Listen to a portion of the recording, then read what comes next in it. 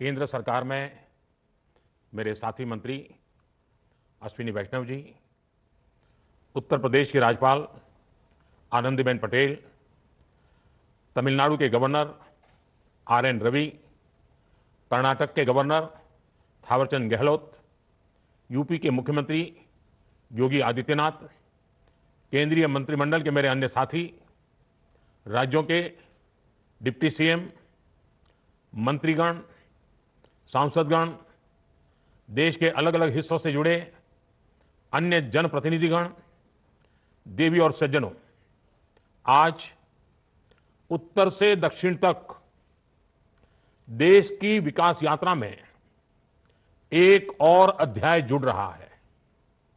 आज से मदुरई बेंगलुरु, चेन्नई नागरकोइल और मेरठ लखनऊ के बीच वंदे भारत ट्रेनों की सेवा शुरू हो रही है।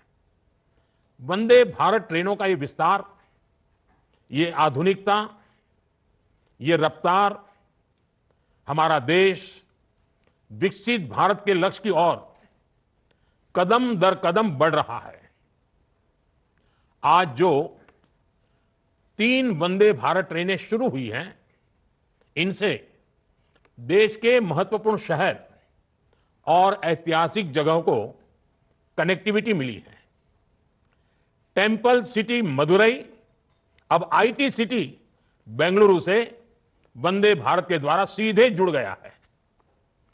त्योहारों या वीकेंड पर मदुरई और बेंगलुरु के बीच आवाजाही के लिए वंदे भारत ट्रेन द्वारा काफी सुविधा होगी। साथ ही ये वंदे भारत ट्रेन तीर्थ यात्रियों के लिए भी बहुत कारगर साबित होगी।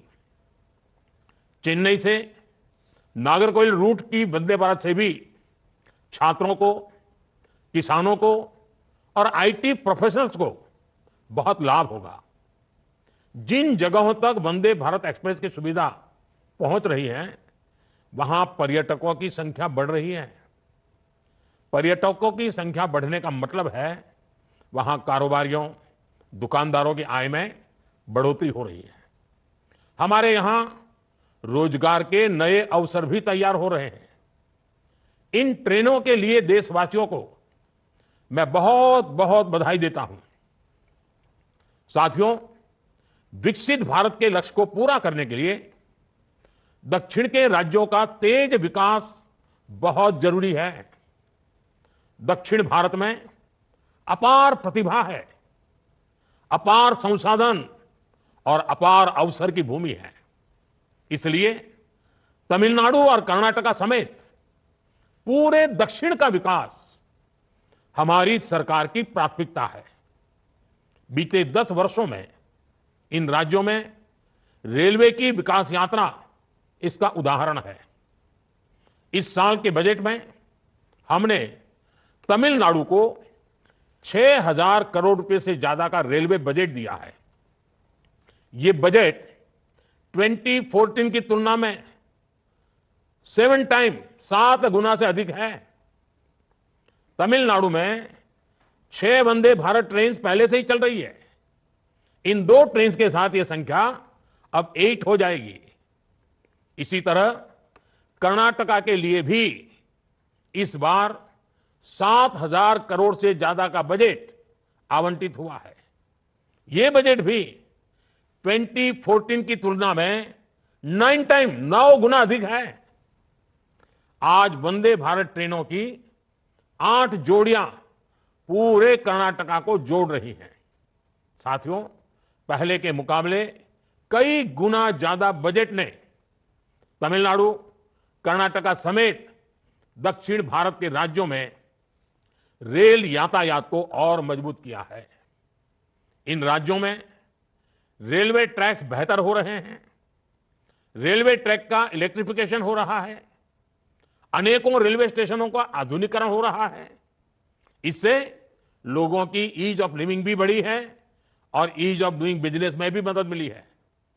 साथियों, आज मेरठ लखनऊ रूट पर वंदे भारत ट्रेन के जरिए यूपी और खासकर पश्चिमी यूपी के वहां के लोगों की भी खुशखबरी मिली है। मेरठ और पश्चिमी यूपी क्रांति की धरती है। आज ये क्षेत्र विकास की नई क्रांति का साक्षी बन रहा है। मेरठ एक और RRTS के जरिए राजधानी दिल्ली से जुड़ रहा है। दूसरी ओर इस वंदे भारत से प्रदेश की राजधानी लखनऊ की दूरी भी कम हो गई है।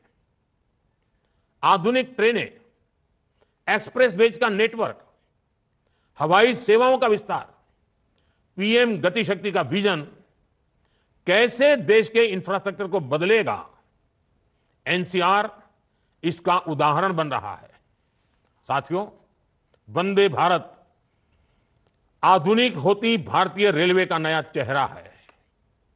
आज हर शहर में, हर रूट पर वंदे भारत की मांग है। हाई स्पीड ट्रेनों के आने से लोगों में अपने व्यापार और रोजगार को, अपने सपनों को विस्तार देने का भरोसा जगता है। आज देश भर में 102 वंदे भारत रेलवे सेवाएं संचालित हो रही हैं। अब तक 3 करोड़ से ज्यादा लोग इन ट्रेनों से यात्रा कर चुके हैं। ये संख्या वंदे भारत ट्रेनों की सफलता का सबूत तो है ही, ये आकांक्षी भारत की आकांक्षाओं और सपनों का प्रतीक भी है। साथियों, आधुनिक रेल इंफ्रास्ट्रक्चर विकसित भारत के विजन का एक मजबूत स्तंभ है।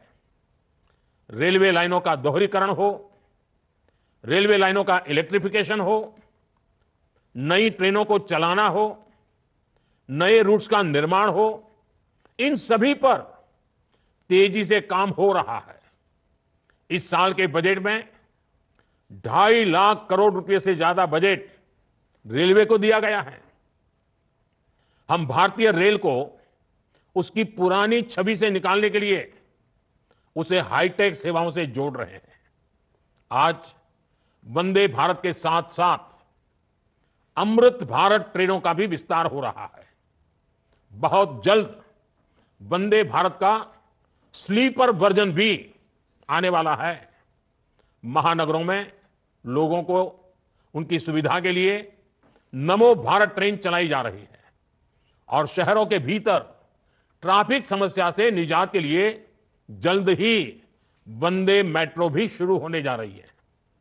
साथियों, हमारे शहरों की पहचान उसके रेलवे स्टेशनों से होती रही है।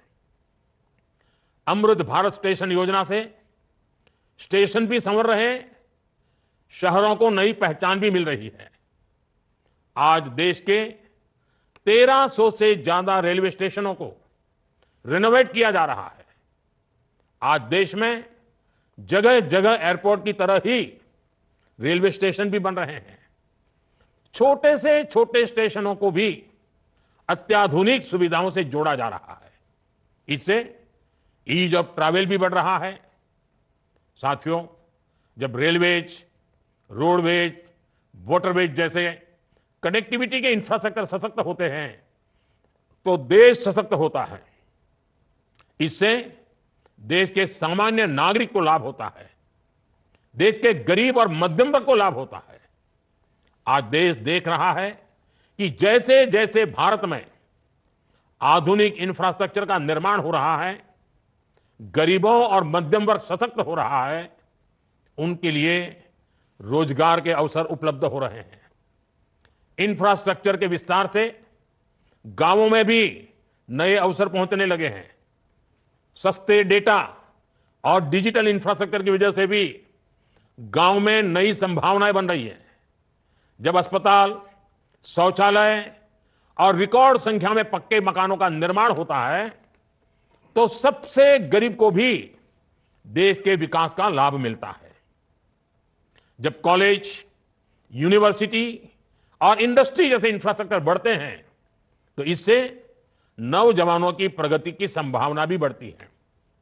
ऐसे ही अनेक प्रयासों के कारण बीते 10 वर्षों में 25 करोड़ लोग गरीबी से बाहर आ सके हैं। साथियों, बीते वर्षों में रेलवे ने अपनी मेहनत से दशकों पुरानी समस्याओं के समाधान की उम्मीद जगाई है। लेकिन अभी हमें इस दिशा में बहुत लंबा सफर तय करना है। हम तब तक नहीं रुकेंगे जब तक भारतीय रेल गरीब, मध्यम वर्ग सभी के लिए सुखद यात्रा की गारंटी नहीं बन जाती। मुझे विश्वास है देश में हो रहे इंफ्रास्ट्रक्चर का ये विकास गरीबी को समाप्त करने में बड़ी भूमिका निभाएगा। मैं एक बार फिर तमिलनाडु, कर्नाटका और उत्तर प्रदेश के लोगों को 3 नई वंदे भारत के लिए बधाई देता हूं। आप सबको बहुत बहुत शुभकामनाएं, बहुत बहुत धन्यवाद।